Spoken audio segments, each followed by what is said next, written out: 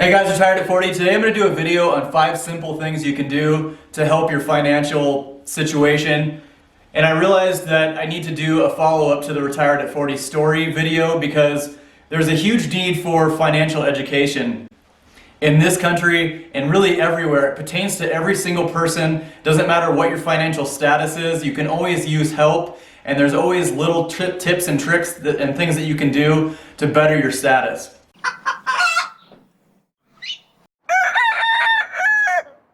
It always amazes me how scared people are to talk about their finances, to put something on paper, to basically take a look at where their money is going, what's getting saved, and how everything is getting spent. And I've met people time and time again that are highly educated, very smart people, but they know nothing about finances and they are terrible with money management. So before we get into the 5 tips, I want to strongly urge you to make a financial statement for yourself. Figure out where your money is going currently and figure out how much you're saving and basically figure out where you can trim the fat. For so many people, a financial statement or just finances in general is like a bad word. They're just terrified of it. But the only way that you're going to be able to improve your finances is to face the music. Alright, so now that you've had a chance to go through your financial statement, you definitely know where your money is going, but how can we save more? And what you really need to aim for is about 6 months of reserves, especially if you're getting ready to invest money into something, or if you're doing some kind of career change or some life-changing thing. And all of these 5 tips will more than likely be a line item on your financial statement. So let's go to financial tip number 1.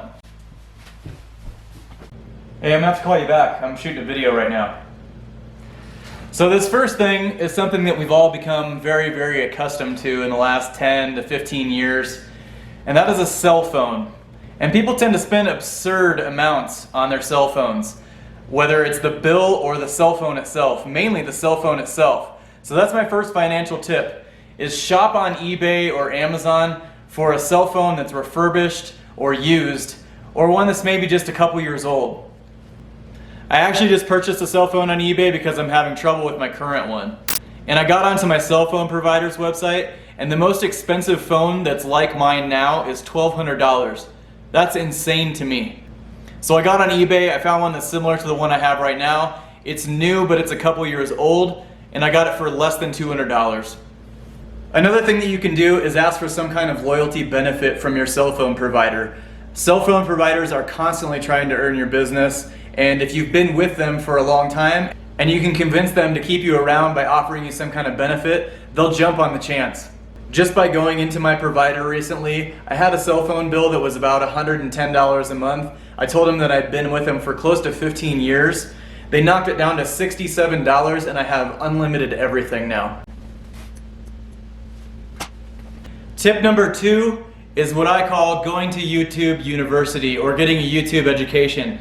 We live in the most amazing time ever right now. There is information everywhere and it's so easily accessible. Don't ever stop educating yourself. It's so easy to find out how to do things these days. You're doing yourself a huge disservice if you don't take advantage of that. So how does that pertain to saving money? Well, you can save money by doing tons and tons of things yourself instead of paying someone else to do it. Just look at the platform that you're watching right now, for instance. You're watching a video on how to do something. So that how-to can be anything from changing brake pads on your car to changing the oil on your car to fixing a leaky faucet or the toilet flapper not working on your toilet, all the way to how to cook a meal, which brings me to my next point, number 3. So food is a necessity in life, but is it a necessity to go out to eat or go to Starbucks once or twice or every day? The amount of money that people spend on food and going out to eat, fast food, Starbucks, McDonald's, it really adds up quick. And I don't think that people realize how much money they're actually spending on it because it's just $5 or $6 or $7 here and there. But if you add that up over the course of a month or a year or 5 years or 10 years, I think the results would be pretty staggering. Cook your meals at home, pack a lunch for work, make that fancy coffee at home. It's not that tough to do. There's so many great ideas and resources on YouTube and Pinterest and vlogs and blogs, this channel included. If you need a place to start, scroll through my channel. I have lots of cooking videos.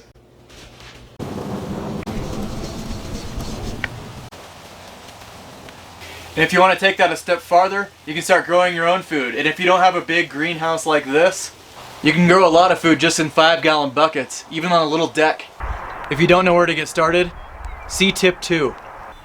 Number 4 is something that really hits home for me because me and my wife are both self-employed and we have been for 15 plus years.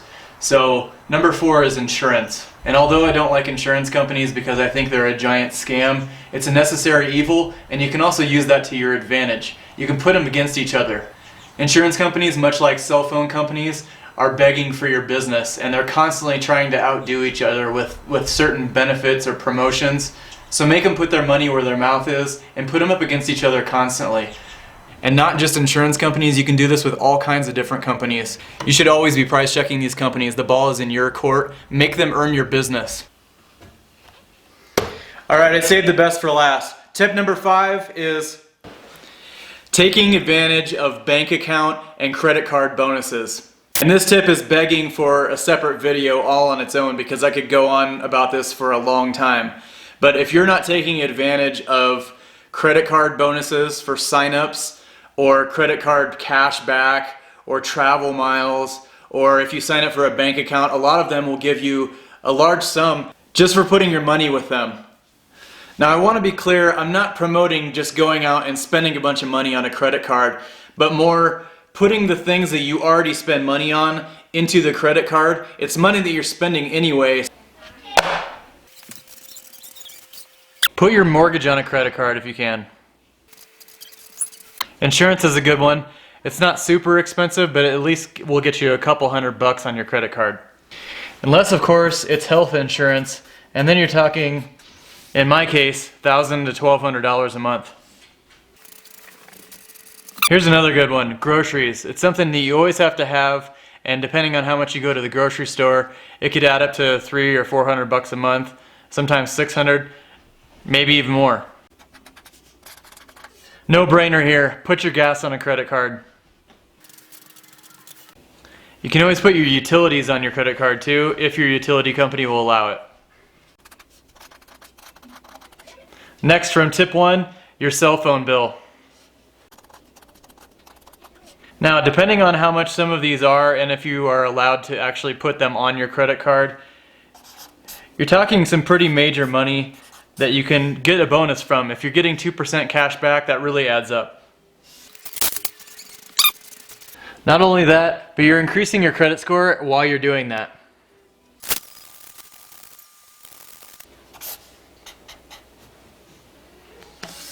So as long as you're financially responsible and you pay this every month, you're reaping a large benefit. A lot of credit cards will give you a 2% cash back.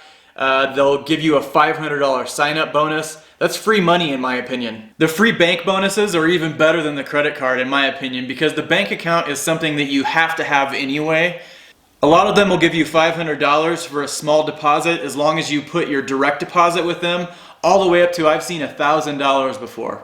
And if you have a little bit more money to play with, some of the online money market accounts like Capital One will pay you up to 2% or some even up to 2.5% just for keeping your money with them. So some of these things may not seem like it's saving you a ton of money, but when you take up those extra 5s and 10s and occasional 100s and you put them to work for you as opposed to something that you're normally spending, you're not only saving the money because you're not spending it, but you're putting it to work and doing something else with it. And you'll find that your finances will start to collect very quickly.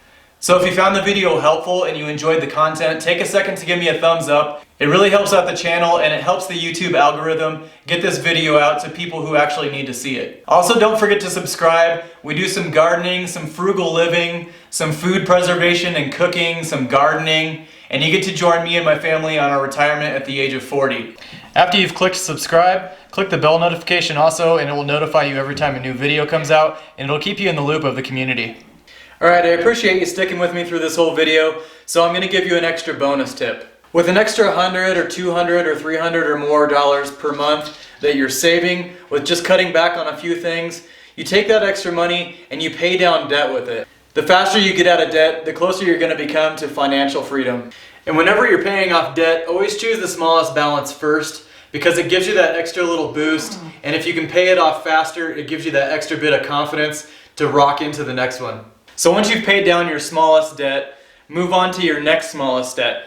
Take that money that you're saving from the smallest debt that you're not having to pay anymore and add it to the money you're saving from the 5 tips that I'm giving you and apply it to the next smallest debt. And when that one's paid off, you roll it into the next one, you roll that one into the next one, and so on and so on. In the meantime, this is Retired at 40. Check out these other helpful videos if you have a minute. Remember to live life simple, and we'll catch you next week. Oh hey, I'm gonna have to call you back. I'm shooting a video right now.